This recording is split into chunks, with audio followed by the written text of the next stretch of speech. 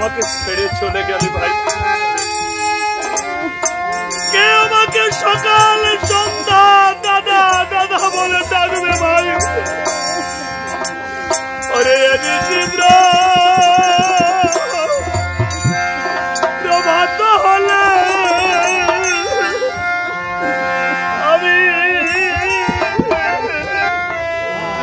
কার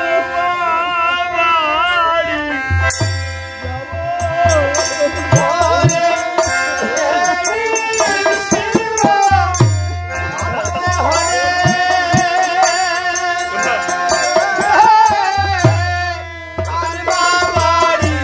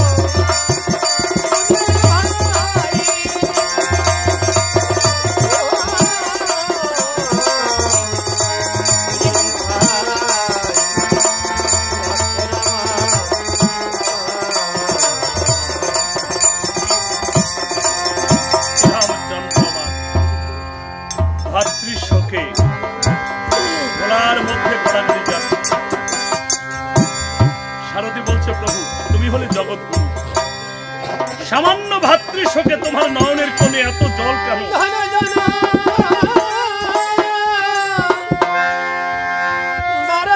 পুত্র কেউ তো কারো নাই কেন তা ধরে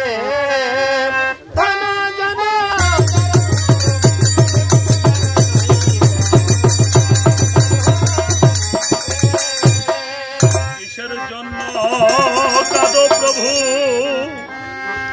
পড়িয়া ধরায় কেন?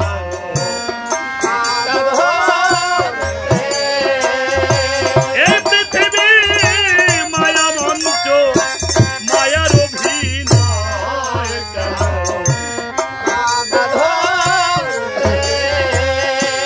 ভারতী বলছে এই পৃথিবী হলো মায়া মঞ্চ, আর এই মায়া মঞ্চে দাঁড়িয়ে আজকে প্রভু তোমার নয়নে যদি জল ঝরে তাহলে এই পার্থিব সংসারে যত জীব আছে এরা কি করবে? এরা ধর্মকর্ম ত্যাগ করে শুধু নয়নের জলেই ভাসবে। এই পৃথিবীতে রসাতলে চলে যাবে। নিজের দুঃখ সমাহরণ করো, জীবকে রক্ষা করো। প্রভু বললেন সারথী, লক্ষণ হলো আমার এই দেহের প্রাণ। দেহে যদি প্রাণই না থাকে, প্রাণহীন দেহের কোনো মূল্যই থাকে না। লক্ষণ ছাড়া আমি নিজেকে কল্পনা করি না, তাই আমি আমার এই প্রাণ সাগরে উৎসর্গ করবো। আমি রাখবো না আমার এই প্রাণ। সারথী বলছে যত বিপদ তোমার জীবনে এসেছে ভক্তের কি ভাই কেটে গেছে? এই ঘোর বিপদে ভক্তই পারে তোমাকে রক্ষা করতে। নিজের ভক্তকে স্মরণ করো। প্রভু শ্রীরাম বিপদে পড়ে ভক্তকে আহ্বান করলেন কিভাবে? কোথায় ভক্ত বীর হনুমান এসে দেখা দাও।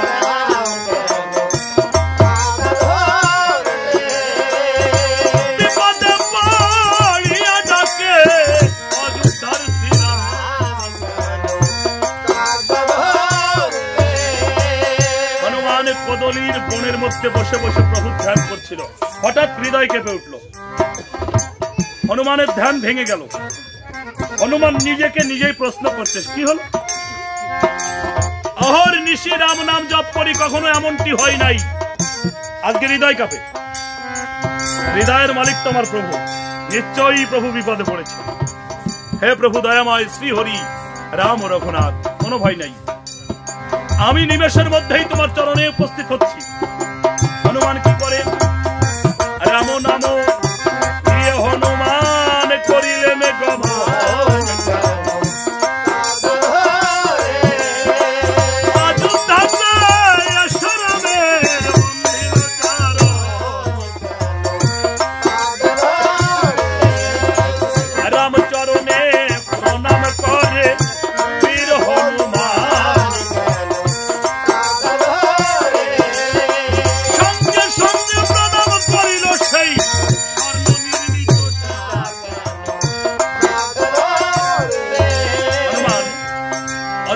উপস্থিত হয়ে রামচরণে প্রণাম করে স্বর্ণ নির্মিত সীতাকে মা ভেবে প্রণাম করলেন। রামচন্দ্র নিজের দুঃখ ধরে রাখতে পারে নাই, উনি উচ্চ স্বরে কেঁদে উঠেছে। হনুমান বলছে কি হলো প্রভু? আমি করলাম আমার মাকে প্রণাম, তুমি কাঁদো কেন? শ্রীরামচন্দ্র বলে ভাতৃশোকের হৃদয় জলে পুত্র, আবার স্ত্রী শোকের বেদনা ঢুকালি তুই আমার এই অন্তর। হনুমান বলে তোমার কথা আমি বুঝতে পারছি না। আমার মা তোমার বামে বসে আছে আর তুমি বলছো তোমার স্ত্রী শোক লেগেছে, কেমন কথা? প্রভু বললেন হনুমান অনেক সময় চোখের দেখাও ভুল হয়। তুই দেখতে পাচ্ছিস আমার বামে সীতা, কিন্তু না, যজ্ঞ করিতে যুগলের প্রয়োজন হয় পুত্র। তাই বিশ্বকর্মাকে দিয়ে স্বর্ণ সীতা প্রতিষ্ঠিত করে আমি এই যজ্ঞে ব্রতী হয়েছি। তোর মায়ের অঙ্গে একটু পাপ ছিল, সেই পাপ থেকে মুক্তি দিতে তোর মাকে আমি আবার বনে পাঠিয়ে দিয়েছি। হনুমান বলে ভুল করেছ, আমার মায়ের দেহে কোনো পাপ নেই, থাকতে পারে না, আমি মানি না। কেন মানি না? আমি ভক্ত মুখে শুনেছি একবার রাম নাম নিলে যত পাপ হরে গেল, কত চির শান্ত নাই ভাবে তত পাপ করে গেল। একবার রাম নাম নিলে যত পাপ হরে, কত কি সাধ্য নাই তত পাপ করে। আর হচ্ছে দেহের সর্বপাপ দূরীভূতকারী আর মহল কপাট স্বরূপ, যার মধ্যে কোনো পাপ ঢোকার কোনো সুযোগই নাই। আমার নিষ্পাপিনী মাকে তুমি বনে দিয়েছ, ভেবে একবার দেখো নাই যে আমার মা রাম নাম জপ করে। নিজের নামকে নিজেই অবজ্ঞা করলে তুমি, এটা ঠিক করো নাই প্রভু। তুমি ভাবো যে তুমি পূর্ণ নও, কেননা তুমি এক বিষ্ণু চার ভাগে ভাগ হয়ে গেছে, তাই তুমি নিজেকে অপূর্ণ ভাবছো। কিন্তু তোমার নামের মধ্যে অপূর্ণ কিছুতেই নাই। কেন নাই সেটাও হয়তো ভুলে গেছো। সবই জানো আবার সবই ভুলে যাও, এই তো। হ্যাঁ, তবে শোনো, পকারে ভরতস্যৈব মাত্রায় লক্ষণ, আকারেতে শত্রুঘ্ন বিন্দু মাত্র জনার্দন। রাম নাম লিখতে হলে প্রথমে ত্রিভুজ অঙ্কন করতে হয়, তাই তো? এই ত্রিভুজ স্বরূপ হলো ভরত, ত্রিভুজের উপরে একটা মাত্রা যোগ করতে হয়, তাহলে পুরো ব হলো, তাই তো? মাত্রা স্বরূপ লক্ষণ, দক্ষিণ ভাগে একটা আকার যোগ করতে হয়, তাহলে বা হলো, তাই তো? আকারে ভারতস্যৈব মাত্রা লক্ষণ আকারে সত্যভান, আর নিম্ন ভাগে একটা বিন্দু বা ফুটা ব্যবহার করা হয়, সেটাই জনার্দন পূর্ণ ব্রহ্ম ভগবান তুমি। আর ম হলো মহিমা শক্তি, আমার মায়ের সম্পূর্ণ শক্তি তোমার মধ্যে রয়েছে। তাহলে যে নামে পূর্ণতা রয়েছে সেই নামে নরকবাস হয় কি করে? তুমি কি জানো প্রভু, এই পৃথিবীতে যারা শক্তিকে অপমান করে তাদের অকাল মৃত্যু হয়। তুমি জেনে করো আর না জেনে করো, তুমি কিন্তু শক্তিকে অপমান করেছো। আমার মাকে অপমান করা আর শক্তিকে অপমান করে একই কথা। তার মানে তোমার মৃত্যু ঘন্টা বেজে উঠেছে। যুদ্ধে যাবে তো যাও, যুদ্ধে গেলেই তোমার মৃত্যু হবে, কেউ ঠেকাতে পারবে না। কেননা শক্তিকে অপমান করে তুমি এই পৃথিবীতে টিকতে পারছো না, তোমার সময় আগত, যাও। কিন্তু যে যুদ্ধে গিয়ে পরাজিত হবে সেই পরাজিত সৈন্যের সঙ্গে আমি যুদ্ধে যাই না। আমি যাচ্ছি, রামচন্দ্র বলে দাঁড়া, চলে যাচ্ছিস যা, কিন্তু ভয় দেখাচ্ছিস আমাকে যে আমি যুদ্ধে গেলে আমার মৃত্যু হবে, এই তো? হনুমান, তুই হয়তো ভুলে গেছিস যে আমি কে। এই পৃথিবীর এমন কোন ঘটনা নাই যে আমি জানি না। যা কিছু ঘটছে সেটাও জানি, যা কিছু ঘটবে সেটাও বলতে পারি। হ্যাঁ, তুই সত্য বলেছিস, এই যুদ্ধে গেলে আমার মৃত্যু হবে, আমিও জানি এই যুদ্ধে গেলে আমার মৃত্যু হবে। কিন্তু যুদ্ধে না গেলে কি হবে সেটা কেউ জানে না, আমি জানি। কি হবে জানিস? আজকে যদি আমি যুদ্ধ করতে না যাই, এই সংসার বলবে রামচন্দ্র ছিল সত্যবাদী। ভাতৃ হত্যার প্রতিশোধ নিতে যাই নাই নিজেকে বাঁচাবার জন্য, প্রাণ বাঁচাবো। তার মানে রামের মধ্যেও স্বার্থ রয়েছে। এটা যদি হয় তাহলে নামে কলঙ্ক হবে না? আর নাম কলঙ্কিত নাম যদি কেউ জপ করে ভক্তি সহকারে করবে না, যেই নামে কলঙ্ক আছে। নাম যদি ভক্তি সহকারে জপ করা না হয়, নামে নরকবাস, তাহলে কি হবে? আমার ভক্ত যারা যারা সবাই নরকে চলে যাবে। হনুমান, আমি নিজেকে নিয়ে ভাবি না, আমি আমার ভক্তকে নিয়ে ভাবি। ভক্তের জন্য প্রাণটা দিতে পারি, ভক্তের জন্য প্রাণটা নিতেও পারি। এই যুদ্ধে আমি আমার জন্য নয়, আমার নামের জন্য যুদ্ধে যাব। হনুমান ছুটে এসে রামচরণে লুটিয়ে পড়ে প্রণাম করলেন। আমি স্বীকার করছি যে আমার ভুল হয়ে গেছে। বিশ্বাস করো, আমি নামকে অপমান করতে চাই নাই, কেননা নামকে রক্ষা করার দায়িত্ব আমার উপরে পড়েছে। আমি মৃত্যুর ভয় পাই না, কিন্তু নামকে অপমান করলে সেটাও সহ্য করতে পারি না। এই যুদ্ধে আমিও যাব, কিন্তু এই যুদ্ধে আমার কর্মটা কি? শ্রীরামচন্দ্র বলে আমি যুদ্ধে যাব, একা যাব না, আমার বন্ধু বান্ধব আত্মীয় স্বজন যারা আছে সবাইকে নিব। যারা যাবে নিশির মধ্যে এখানে আসবে, করলো প্রভাতে আমি সবাইকে নিয়ে যুদ্ধে যাব, যা সবাইকে সংবাদ প্রদান কর। হনুমান তখন কি বলে? হনুমান বলে ভাই নাই জানো কিনা ভাই চরণে নিবাসের মধ্যে যাবই আমি চতুর্বেদ ভ্রমণে, আর ভ্রমণে গতিতে পবন পুত্র হনু ভাইয়া চলিল।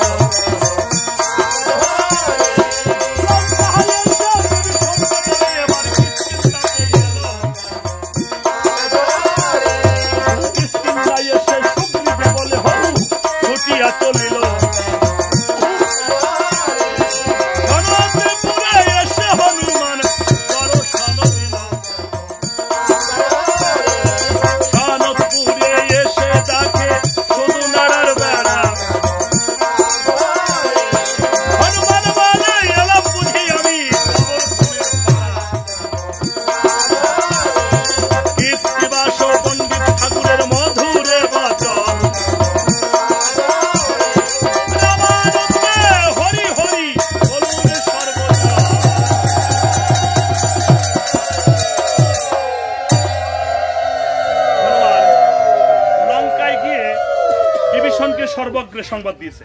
তারপরে কিষ্কিন্ধায় গেছে। কিষ্কিন্ধার রাজা সুগ্রীব ছিল, ওনাকেও বলে এসেছে। এবার এসেছে কোথায়? সনদপুরে, রাজা গোবর্ধনের দেশে। এসে মনে মনে চিন্তা করে, হবে যদি রাজার বাড়ি, থাকবে দালান সারি সারি, এটা কি নাড়ার বেড়া, নাড়ার ঘর, নাড়ারই সৃজন, এইখানে রাজা বাস করে কিভাবে? আমি কি ভুল জায়গায় এলাম? আবার চিন্তা করে, গুহক চন্ডাল রাজা হতেও পারে, একটু ডেকে দেখি। বলি মহারাজ গোবর্ধন, আপনি কি কুটিরের মধ্যে আছেন? আরে না না, বাড়িতে নাই। বাড়ি নাই কথা কে বলে? নাই তা একেবারে নাই, তেল গাইতে নাই। এত রাত্রে? আরে যখন সমাভূত তখন তো মাগবো। এই মাত্র 56 কে চাষ করেছিলাম। এই তো না বলুন। আরে কথা বলছে একটু দেখে আয় তো। মহারাজ ওইদিকে যাওয়ার কথা বিশ্রী বোমরা ফাটার গন্ধ। সেই মুকুড়া হনুমান নাকি? আপনি কি দেখেন? আরে তাই তো। এই হোনা আমার রামামিতা লক্ষ্মণমিতা সীতাকে কেমন আছে বল?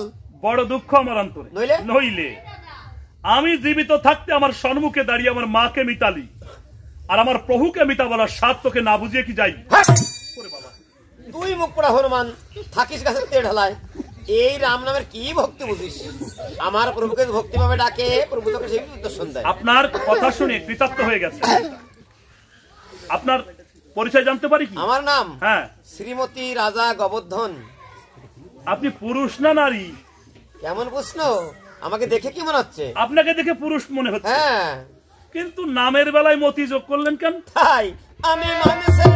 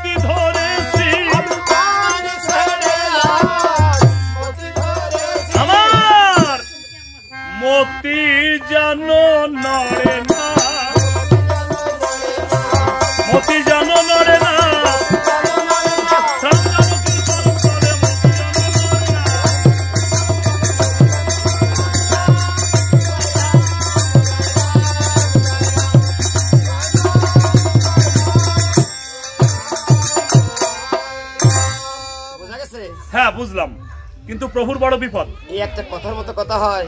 আরে যার নামে যায় ভবের বিপদ, তার কোন বিপদ হয়? প্রভু আমার অশ্বমেধ যজ্ঞ করেছেন। বলুন। অশ্বমেধ কাকে বলে রে? ওয়াল ঘরে সিংকাটা চিত কোপালে এড়ে বছর কষ্ট বলে। ওই লাল ঘোড়া। তারপর অশ্বমেধ যজ্ঞ করে শত্রুঘ্নকে পাঠিয়েছিলেন চতুর্রাজ্য জয় করতে। উনি 3টি রাজ্য জয় করে দক্ষিণে বাল্মীক তপবনে 2টি কাল শিশুর হস্তে প্রাণ দিয়েছেন। শিশুর হাতে? হ্যাঁ।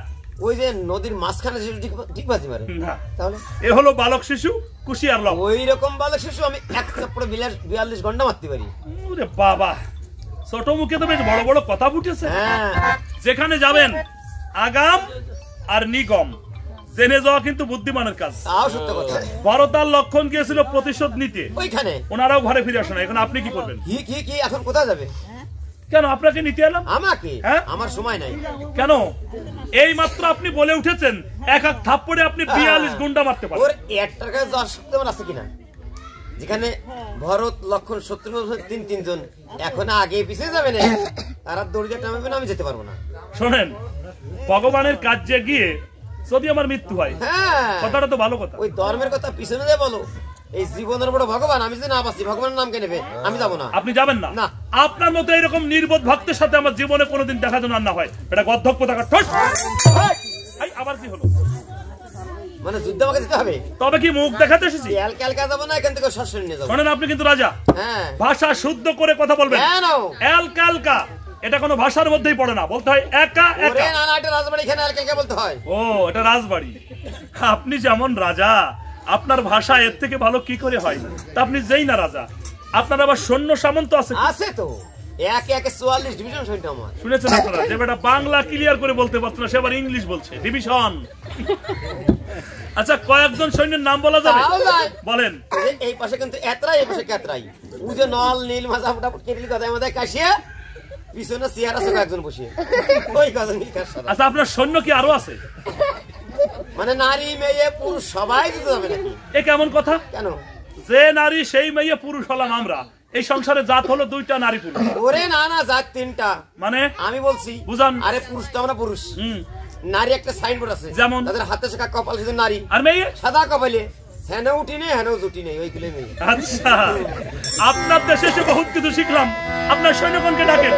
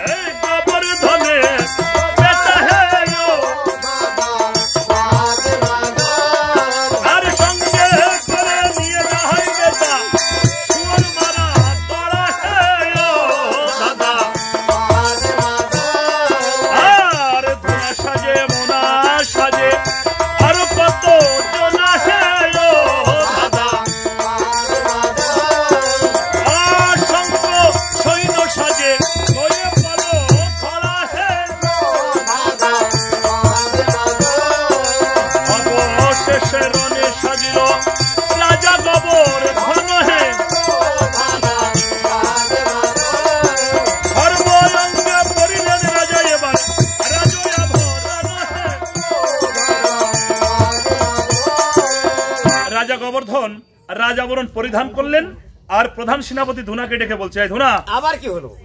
দেখ তো আমাকে কেমন দেখা যাচ্ছে। এর বেকায়দা বিশ্রী। তার মানে কোথায় যাবেন আপনি?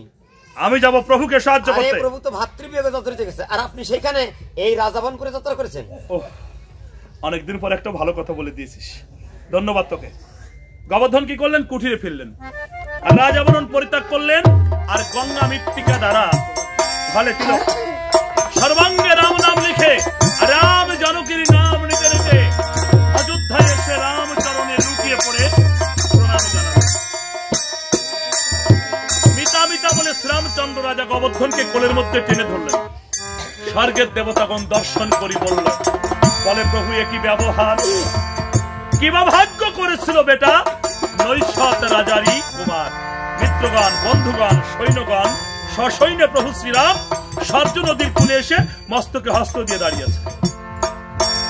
হনুমান পিছন থেকে ছুটে এসে বলছে, প্রভু তুমি হলে ভবপারের কাণ্ডারী, আজকে নিজেই তুমি পারের ভয় পাচ্ছ।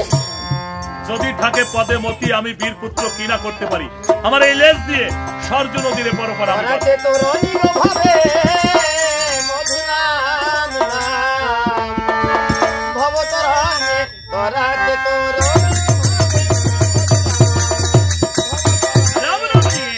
বীর হনুমান লেজ বাড়াই সেই সর্য নদীর এপার ওপার লেজতে বাঁধিল। হনুমান লেজ দিয়ে সাগরটাকে বেঁধে দিয়েছে। প্রথমে পার হলো রাক্ষস সৈন্য, তারপরে পার হলো বানর সৈন্য, এবার ওই গুহক চণ্ডাল রাজা গোবর্ধনের সেনাদল লেগে উঠেছে। হনুমানের মনে পড়ে গেছে সেই অপমানের কথা, যে গুধা বেটা আমাকে মুখ পোড়া হনুমান বলে গালি দিয়েছিল। এর সৈন্যগণ আমি জলের মধ্যে ফেলে দিয়ে সবাইকে জল খাইয়ে ফুটবল না বানিয়ে ছাড়ছি না। যখন সবাই লেজের উপর দাঁড়ালো, বীর হনুমান তখন কি করলো? রাম নাম নিয়ে বীর হনুমান লেজ উঠাইল, ওই লেজের উপরের সৈন্য সকলে এবার জলেতে পড়িল। আর জলেতে পড়িয়ে তারা হাবুডুবু খায়। তখন কেঁদে বলে রক্ষা করো শ্রী রাবণের কোলে। সবাই জলের মধ্যে পড়ে গেছে, প্রাণের ভয়ে সবাই কাঁদছে। আর হনুমানকে ডেকে বলছে, হনুমান আমরা গুহক চণ্ডাল কুলে জন্মেছি, কিন্তু সাহায্য করতে যাচ্ছি স্বয়ং প্রভুকে, এত বড় বিপদের মধ্যে বিপদ বাড়াচ্ছ কেন? হনুমান কিন্তু একজন জ্ঞানী ভক্ত, সহজেই বুঝে নিলে এরা ঠিক বলছে, আমারই ভুল হয়েছে। কেননা বিপদের কালে পিপিলিকার শক্তিকে বড় শক্তি গণনা করা হয়। যদি ওদেরকে মেরে ফেলি তাহলে আমাদের তো সৈন্য কমে যাবে। হনুমান লেজ দিয়ে সবাইকে ভালো করে ধরে তীরে এনে বসিয়েছেন। এখন গোবর্ধনের প্রধান সেনাপতি ধুনা, উনি ছিল পিছনে, পিছন থেকে ছুটে এলো। মহারাজ আবার কি হলো? পার হবেন না? আরে ওইটাই তো বসে বসে ভাবছি, পারো বা কিসের মত দিয়ে? ওই দেখেন হনুমান কত সুন্দর ব্রিজ করে। ওরপর মরবা যাবে নাকি? কেন? আমার সৈন্যগুলো দল খাওয়াতে খাওয়াতে এর ফুটবল বানায় রাখছি। পরের নৌকায় পার হতে গেলে এই রকম সমস্যা আসবেই। আরে পার তো অবশ্যই, কিন্তু ওর পথে তো হবে না। কি করবেন? ওর সাইড দিয়ে সিএম রোড পার চলে যাবো আমি। ওরে বাবা, সিএমপি রোড করবেন? হ্যাঁ। মহাশয় একটু ঘোরেন তো, কেন? আমি দেখতে চাচ্ছি আপনার পিছনের লেজ কয়টা। আমি কি হনুমান? আমি লেজ থাকবে? হনুমান হলো লেজ ছিল। প্রভুর কৃপা, লেজের কৃপা একত্রিত হয়ে সহজ নদী বন্ধন হলো। আপনার কি?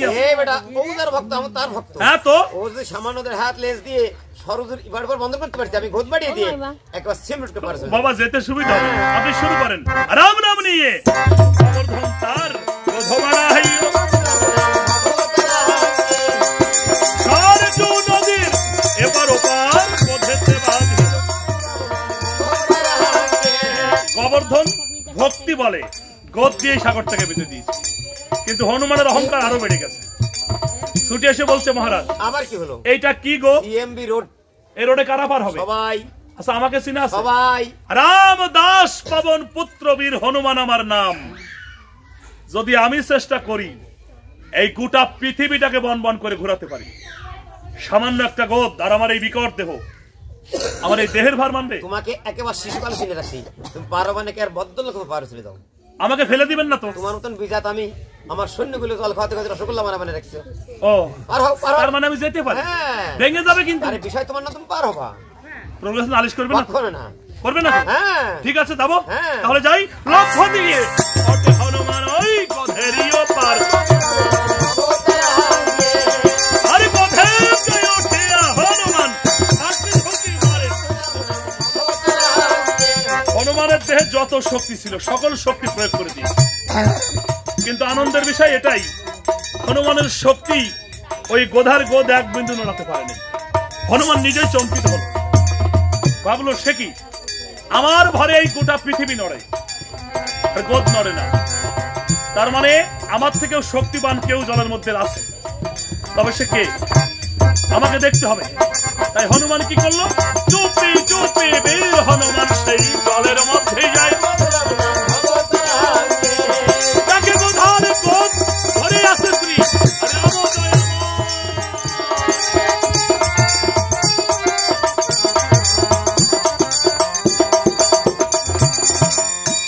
হনুমান জলের অতালে যায়, আর ওখানেই দেখতে পায় ভক্তাধীন ভগবান দয়াল নিধি শ্রীরাম ভক্তের মান রক্ষা করতে গিয়ে ভক্তের চরণ ধরেছে নিজের মস্তকে, কিন্তু হনুমানের পদভার প্রভু নিজেও সহ্য করতে পারেন নাই, কেননা ভক্তের বোঝা বহন করা অসম্ভব। তাই প্রভুর নাসা এবং কর্ণের মধ্য দিয়ে ঝলকে ঝলকে রুধির ঝরছে, আর সরজু নদীর জল রক্তবর্ণ ধারণ করেছে। হনুমান বলছে প্রভু একে তোমার অপার লীলা, এই লীলা দর্শনের অগ্রে এই অভাগার মৃত্যু কেন হলো?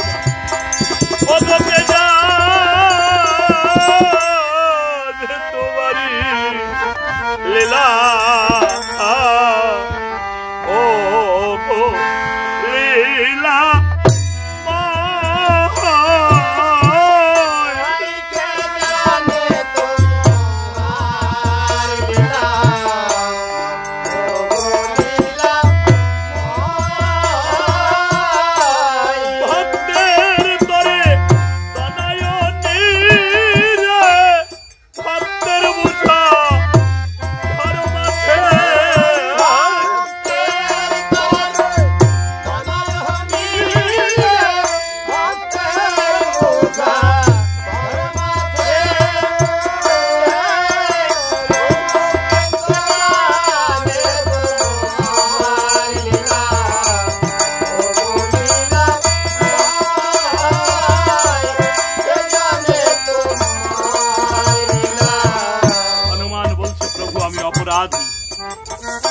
আমি ভুল করেছি, ক্ষমা চাচ্ছি। যদি তুমি ক্ষমা না করো তাহলে কিন্তু প্রাণটা আমি এখানেই ত্যাগ করে দিব। রামচন্দ্র ডেকে বলল পুত্র বীর হনুমান, এই পৃথিবীতে যারা অপরাধ করে সকলের অপরাধ আমি ক্ষমা করি, কিন্তু যারা আমার ভক্তের চরণে অপরাধ করে সেই অপরাধীকে ভক্তের চরণ ধরে ক্ষমা চাইতে হয়। যদি ভক্ত কৃপা করে তাহলে সে মুক্তি পায়, আর যদি না করে ওই বোঝা বইতে হয়। তোমার বেলাও নিয়ম একই, যাও গোবর্ধনের চরণ ধরে ক্ষমা চাও। সে যদি করে ক্ষমা তুমি ক্ষমা পাবে, আর না করলে সারা জীবন বোঝা বইতে হবে। হনুমান বলছে প্রভু তোমার ওই রাতুল চরণ পাবার তরে শুধু গোবর্ধন বলছো কেন? যদি বলো তার থেকেও নিম্নে নামতে হবে, আমি আছি প্রস্তুত। তাই হনুমান ছুটে গিয়ে গোবর্ধনের চরণে লুটিয়ে পড়লেন। আর কি করলেন? হনু বলে গোধার গোধে নমস্কার, করিয়াছি অপরাধ এবার। হনু বলে গোধারে তোর গোধে নমস্কার, যেই নাম সেই তুমি চিনিলাম এবার। আনন্দেতে পার হয়ে যায় যত সৈন্যগান, সঙ্গে সঙ্গে বার হলো কমল লোচন। কীর্তিবাস বন্দিতের ওই অমৃত হরি, রামানন্দ ভক্ত মনে বলো না হরি হরি।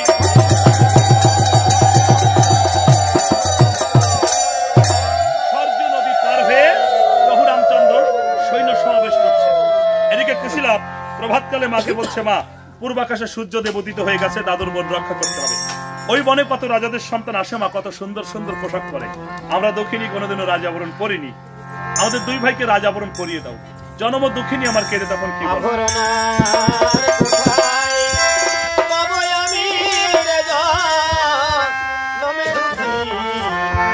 আভরণার কোথায় পাবো?